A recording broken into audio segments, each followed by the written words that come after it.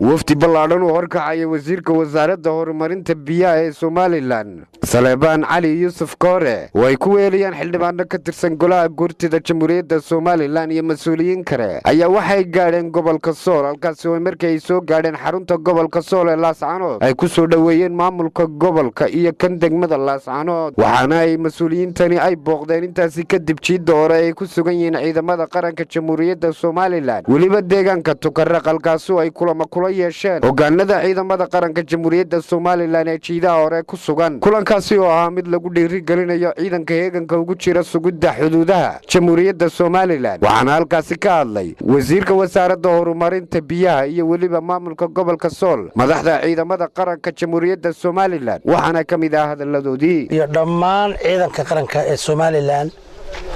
ee halkan jooga waxaan salaan aan kaga wakiilahay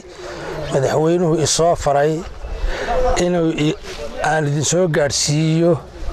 marka ugu horeysa salaanta madaxweynuhu isoo faray ee ciidanka inaan soo gaarsiiyo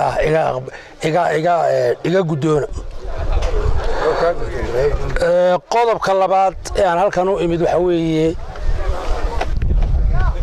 waxaan ahay xukuumadda iyo dawladda shakhsiyaadkii ugu horeeyay ee soo gaadha halkan ayaanu ka midnahay ragga yagani sababtaanu halkan u nimid waxa weeye marka ugu horeysa inaanu xogogaal idinla noqono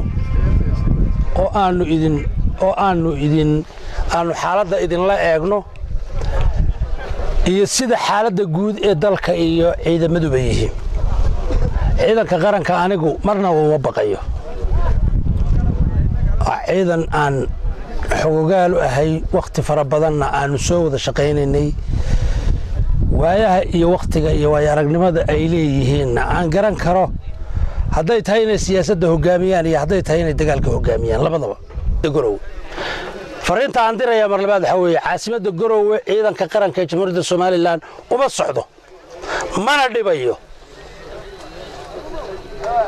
mana doonayno inuu dhibaato u geysto dadka deegaanka degan laakiin ciidanka qaranka Jamhuuriyadda Somaliland uu xaqiijinayaa dadkiisa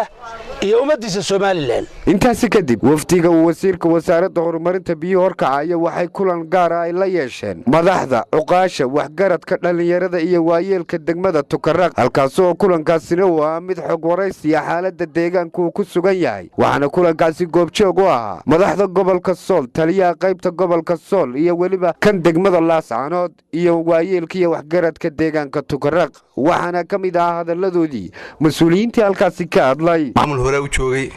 hadeena mid cusub baa yimi kullay anoo maayirkii Laascaanood waxaan balan qaadayaa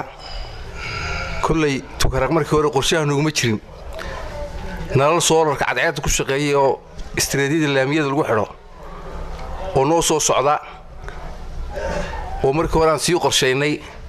inaan qorshihii Tukarraq ku darno oo waliba dhul kale aan ka soo jarno aan hore ugu talagalay wafdiyada uu hogaaminayay wasiirku waxaan ku salaamayaa salaanta islaamka assalaamu calaykum waraxmatullaahi wabarakaatu inta kadib annagu waxaan u ka hadlayaa waxa weeyaan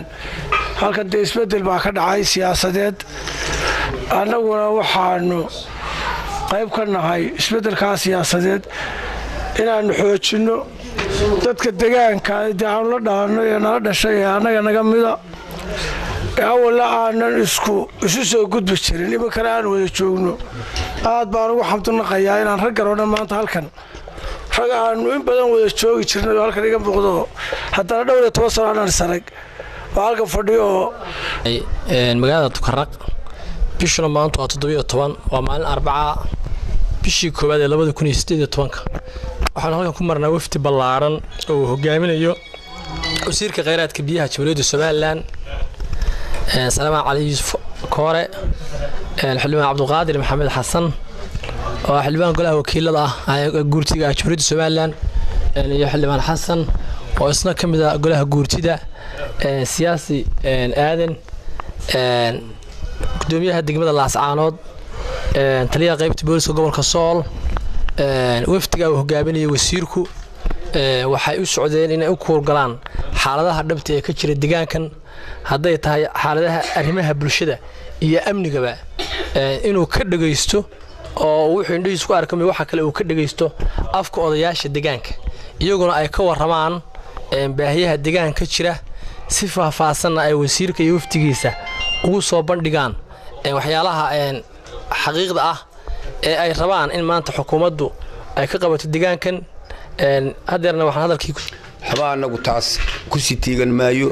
raalina weydin karnay waan idin soo dhaweynay wax xumaan hineen uma kala jirto annana xumaan idin ma hayno xoogaa daan halka ka soo baxo hadii anigu ilaa maanta iyo maantaan garaadsaday waxaan arki jiray marka maamul isbedelo ama madaxi timaado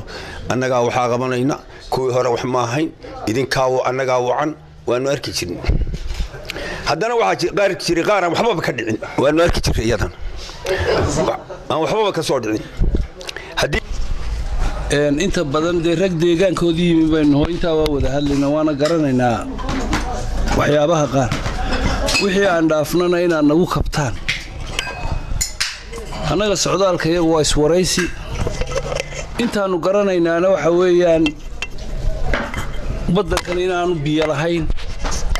waddankan inaanu iskuul lahayn waddankan inaanu station lahayn